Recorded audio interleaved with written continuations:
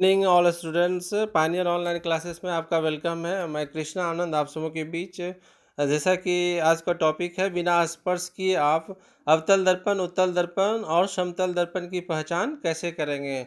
How will you recognise without touching concave mirror, convex mirror and plane mirror. तो ये question आपका है। ये क्वेश्चन रिलेटेड है first chapter reflection of light से, प्रकाश का परावर्तन से। तो जैसे कि इसका सॉल्यूशन करते हैं हम। तो अवतल दर्पण एट फर्स्ट आप लोग जान रहे हैं, कनकेव मिरर इसको कहा था, इस टाइप का होता है, देख रहे हैं।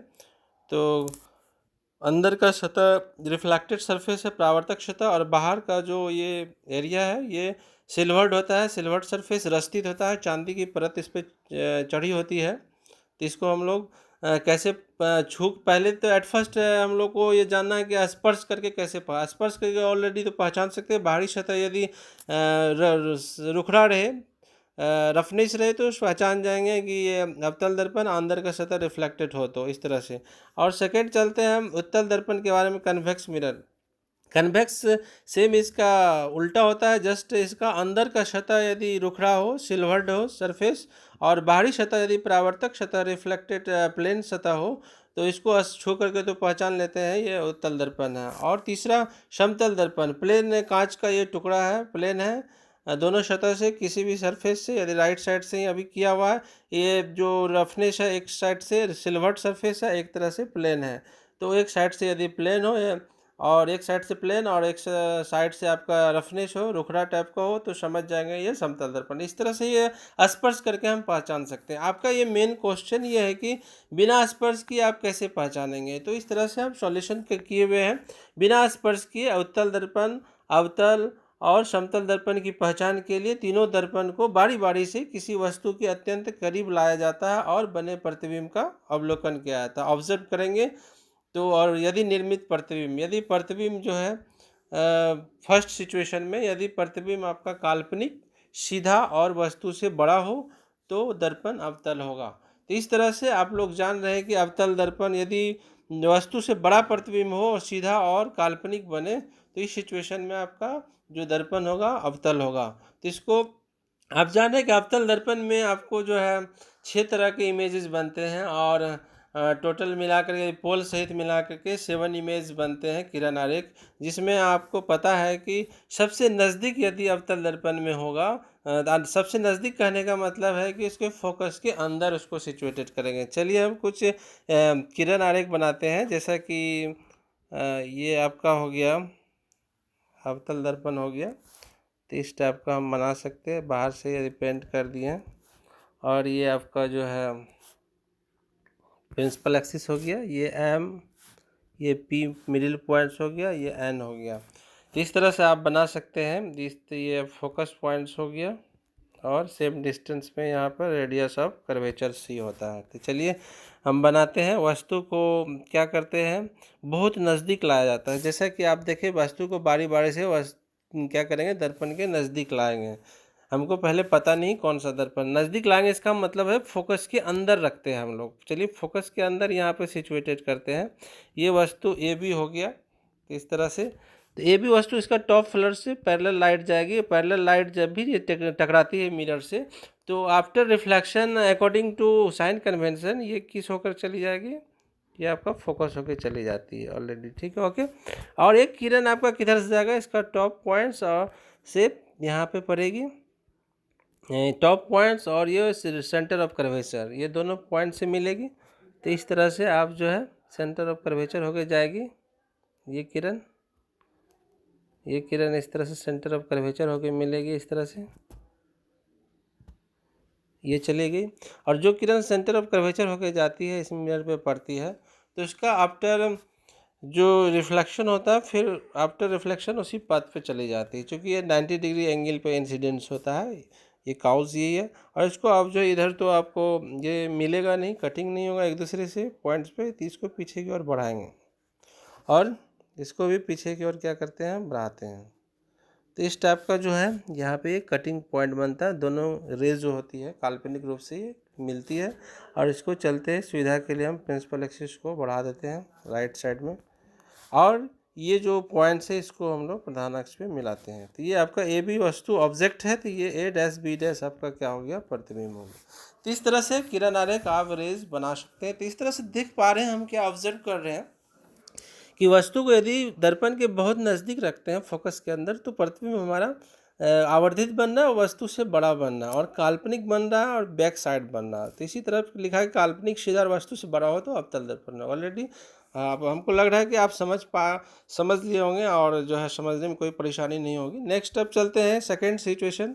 सेकेंड केस में यदि काल्पनिक प्रतिबिंब जो बना प्रतिबिंब है काल्पनिक हो और सीधा और वस्तु से छोटा हो, तो दर्पण कैसा होगा, वह उत्तल होगा। तो उत्तल में जो प्रतिबिंब आप बनाई हैं, बहुत सारे प्रतिबिंब तो नहीं बनता है उत्तल दर्पण में, पोल सहित 3 प्रतिबिंब बनता है उसमें उत्तल दर्पण में। तो चलिए हम उत्तल दर्पण बनाते हैं, इसका किरण आरेख। तो उत्तल दर्पण एट फर्स्ट बनाया जाए इस टाइप का।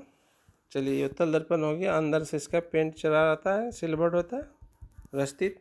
चलिए ये आपका हो गया प्रिंसिपल एक्सिस, ये पी हो गया, ये एफ हो गया पॉइंट्स, ये हो गया आपका सी सेंटर ऑफ कर्वेचर। चलिए वस्तु को सिचुएटेड करते हैं, बहुत नज़दीक रखते हैं। चलिए यहाँ पर सुविधा के लिए यहाँ रख दिया हम ए बी वस्तु नामकरण कर दिए। चलिए सबसे पहले पैरेलल लाइट गई, पैरेलल लाइट जैसे ही जाती है तो वह किस होके चली जाती है, ये रिफ्लेक्टेड हो जाएगा, आई और आर के नियम से रिफ्लेक्टेड हो जाएगी। ये आई और आर के नियम से रिफ्लेक्ट हो जाए, एंगल आई और एंगल आर। उसके बाद पीछे की ओर बढ़ाएंगे तो ये किससे मिलती हुई प्रतीत होगी, फोकस से मिलती हुई प्रतीत होगी। ठीक है, क्योंकि इधर पेंट इधर इमेजनरी होता है, इमेजनरी फोकस और इमेजनरी सेंटर ऑफ कर्वेचर होते हैं काल्पनिक रूप से उत्तल दर्पण में। और एक किरण जो है आपको पोल पे पड़ेगी, तो पोल पे यहाँ पर ये आगे का पॉइंट सी है, और पोल पे जैसे पड़ी तो यहाँ पर जो आपको एंगल आई बन जाएगा। इसके लिए प्रिंसिपल एक्सिस नॉर्मल का काम करेगा, फिर ये कोण आर बनाते हुए ये क्या हो जाएगी, रिफ्लेक्ट हो जाएगी। ओके, अब इसको पीछे की ओर बढ़ाएंगे जब, तो इस तरह से पीछे की ओर बढ़ाते हैं तो आपको इस पॉइंट्स पे ये मिलती है, और मैं ये जो है यहाँ पे इसको मिला देते हैं। तो ये ए बी वस्तु था, तो ए डैश बी डैश क्या हो गया, यहाँ पे प्रतिबिंब हो गया। तो इस तरह से इमेज बन गया। तो वस्तु से कैसा इमेज बन रहा है, छोटा प्रतिबिंब बन रहा है, स्मॉल इमेज हो रहा है वस्तु से, और उसके बाद काल्पनिक हो रहा है और कैसा, सीधा है। तो इसलिए लिखा गया काल्पनिक सीधा और वस्तु से छोटा हो तो दर्पण कैसा होगा, उत्तल होगा। इस तरह से आप किरण आरेख इसमें बना सकते हैं। तो इस तरह से आपको टचिंग नहीं करना पड़ रहा और जो है दूर से ही ऑब्जेक्ट रखा जा रहा है और उसके द्वारा आप पहचान सकते हैं, रिकॉग्नाइज कर सकते हैं। चलिए अब केस जो है थर्ड में, प्रतिबिंब जो बना प्रतिबिंब यदि काल्पनिक हो और सीधा और वस्तु के बराबर हो तो दर्पण समतल होगा। तो ऑलरेडी बराबर समतल दर्पण में ऑलरेडी हम जान रहे हैं कि बराबर प्रतिबिंब बनता है। जितनी दूरी पर ऑब्जेक्ट जो दर्पण से होती है उतनी ही दूरी प्रतिबिंब पीछे बनती है। तो ये एक्चुअली इक्वल इमेज बनता है। चलिए इसको भी प्रैक्टिकल करते हैं हम लोग। चलिए ये इमेज बनाते हैं समतल दर्पण में। ये प्लेन मिरर हो गया, समतल कांच का एक टुकड़ा है, एक सतह से आप सिल्वर्ड कर दिए, एक सतह आपका प्लेन है, रिफ्लेक्टेड है। चलिए ऑब्जेक्ट यहाँ पे हम रख देते हैं। चलिए बहुत नज़दीक रख दिए, ठीक है, ये ऑब्जेक्ट रख दिए, ये ऑब्जेक्ट आपका हो गया। और ऑब्जेक्ट से ये जो लाइट इस तरह से पड़ेगी यहाँ पे, ठीक है, लाइट इस पर इंसिडेंट्स हुआ और ये एंगल आर बनाते हुए रिफ्लेक्ट हो गया, नॉर्मल हो गया इसके लिए, ये नॉर्मल पॉइंट्स हो गया। इस तरह से एंगल आई और एंगल आर बनाते हुए ये क्या हो जाएगी, ये इस तरह से रिफ्लेक्ट हो जाएगी।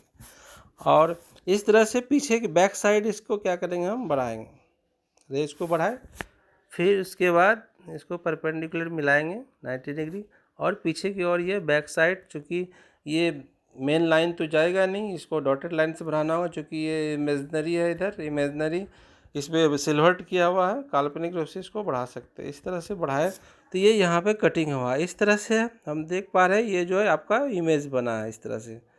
तो वस्तु आपका ये ऑब्जेक्ट था, ये इमेज इस तरह से बना है। तो आप देख पा रहे हैं जितनी दूरी पर जो है ऑब्जेक्ट है, ये जितनी दूरी पर ऑब्जेक्ट है, ठीक है, ओके, ये जितनी दूरी पर ऑब्जेक्ट है उतनी पीछे ये क्या बना है, इमेज बना है। तो वस्तु जितनी दूरी पर होती है उतनी ही पीछे आपका प्रतिबिंब बनता है। तो ऑलरेडी ये काल्पनिक तो है ही, और ये इरेक्ट है, सीधा प्रतिबिंब बन रहा, और वस्तु से कैसा बन रहा है, बराबर बन रहा है। जितना बड़ा वस्तु है उतना ही बड़ा प्रतिबिंब भी बन रहा है। तो इस तरह से हम समझ पाएंगे कि ये कैसा, कौन सा दर्पण है, ये समतल दर्पण है। तो इस तरह से ऑलरेडी आप समझ सकते हैं तीनों दर्पण के बारे में। तो ऐसा लग रहा है कि ये आप लोग समझ पाए होंगे अच्छी तरीके से। तो इसलिए जो है, यदि वीडियो आपको अच्छा लगा तो आप जो है इसको जो है चैनल को सब्सक्राइब कर देंगे और लाइक कर देंगे, ताकि इस तरह का वीडियो आपको जो है मिलता रहेगा। थैंक्स।